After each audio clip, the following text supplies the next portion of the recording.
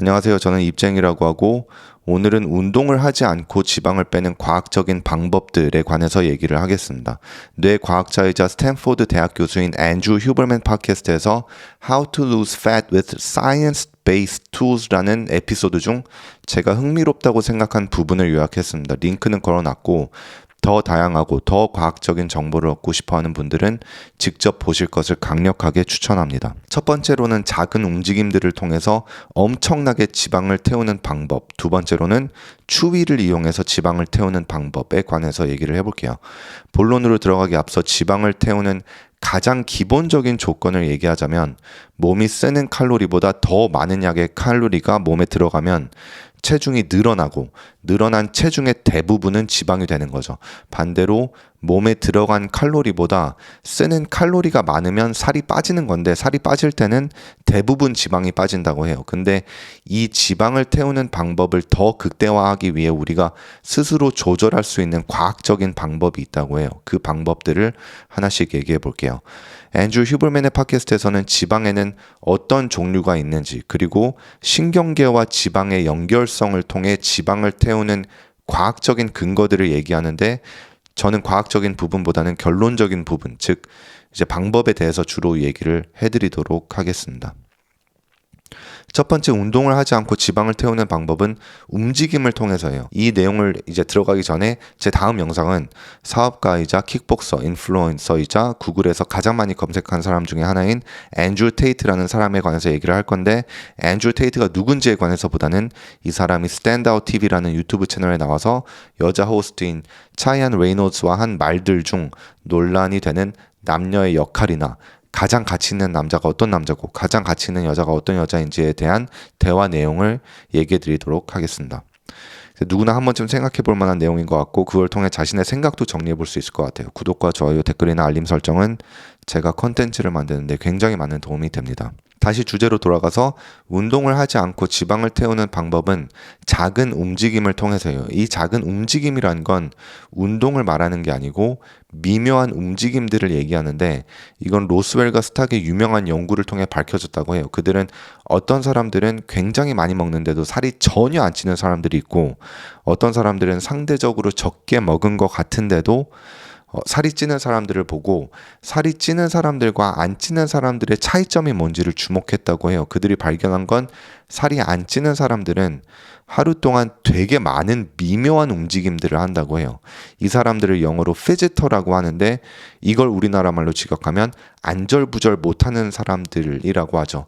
이 사람들의 미묘한 움직임이라는 건 뭐냐면 예를 들면 다리를 떨거나 아니면 계속 서성거린다든가 대답할 때 고개를 계속 끄덕거린다든가 펜을 계속 탁탁 친다든가 하는 그런 움직임을 말해요. 앉았다 일어났다를 많이 하는 사람들, 수업을 듣고 일어날 때 빨리 일어나는 사람들, 자기 자리를 빨리 치우는 사람들, 이런 사람들은 하루에서 800에서 2500칼로리까지 소모를 한다고 해요. 운동하시는 분들은 아시겠지만 저 칼로리는 진짜 엄청나게 많은 칼로리예요. 1시간 동안 이제 보통 빠르기, 그러니까 예를 들면 러닝머신을 팔로 맞춰서 한다고 하면 6에서 700칼로리를 뺀다고 하고 다른 예로는 계단을 오르는 걸로 계산을 해서 대충 800칼로리를 계산하면 한 계단을 오를 때 0.15칼로리 정도고 1층에 15계단이라고 가정하면 355층 정도를 올라가야 되는 계산이 나오죠.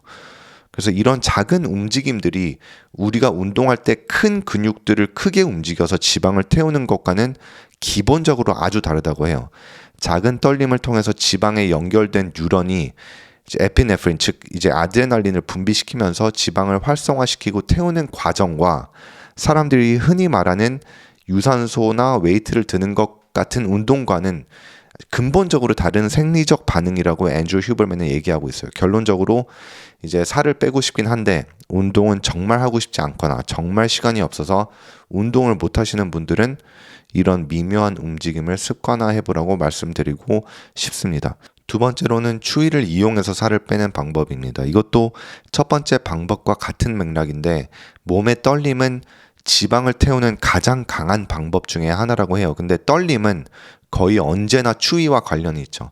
그래서 사람들이 살을 빼거나 신진대사량을 올리거나 정신 건강을 위해서 많이 하는 방법 중에 하나는 찬물 샤워를 하거나 얼음 목욕을 한다고 해요. 근데 찬물을 이용해서 살을 빼는 방법 중에 우리가 하기 가장 쉬운 건 얼음 목욕보다는 찬물로 하는 샤워니까 찬물 샤워를 예로 들면 찬물을 틀고 그 온도에 적응할 때까지 계속 참으면서 물을 맞고 있는 게 아니고 물을 1분 정도 맞고 물을 끈 상태에서 물을 닦지 말고 1분에서 3분 정도 있는 상태에서 부르르 떨고 있다가 다시 찬물을 맞고 다시 물을 끄고 부르르 떠는 과정을 3차례 정도 반복하라고 해요. 왜냐하면 찬물 자체가 우리의 지방을 태우는 게 아니고 부르르 떠는 게 우리의 지방을 태우는 데 핵심이라고 해요. 약간 과학적으로 접근을 하자면 몸이 떠는 미세한 근육의 움직임이 석시네이트라는 걸 내보내는데 이 석시네이트는 갈색 지방의 열 생성 경로를 통해 체온을 증가시켜서 결론적으로 지방을 빼는 거라고 해요. 갈색 지방이 많이 나와서 여기에 조금 더 말을 보태면 지방에는 흰색 지방, 베이지 지방, 갈색 지방이 있는데 이 중에서 우리가 에너지로 바꿀 수 있는 지방은 갈색 지방이라고 해요. 흰색 지방은 우리가 흔히 말하는 피하 지방이라고 하고 이 지방을 이동시켜서 태워야 되는데 이 과정에서 베이지 지방으로 그리고 베이지 지방에서 갈색 지방으로 만든 후에 태우는 거라고 해요. 근데 이 석시네이트는 그 과정을 더 극대화시켜 줄 수 있는 거죠.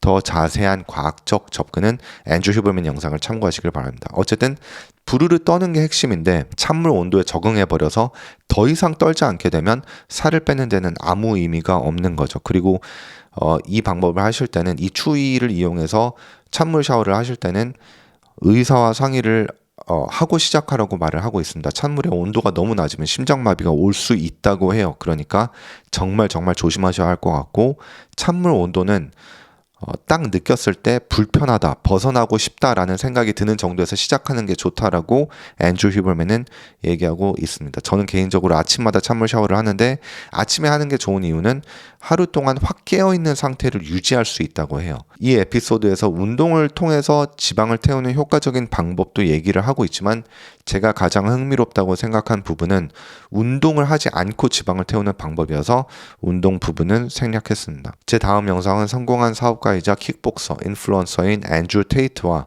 스탠드아웃 TV라는 유튜브 채널의 여자 호스트인 차이안 레이노스와의 대화 내용을 요약해 드리겠습니다. 구독과 좋아요를 해주시면 저는 더 좋은 컨텐츠로 보답해 드리겠습니다.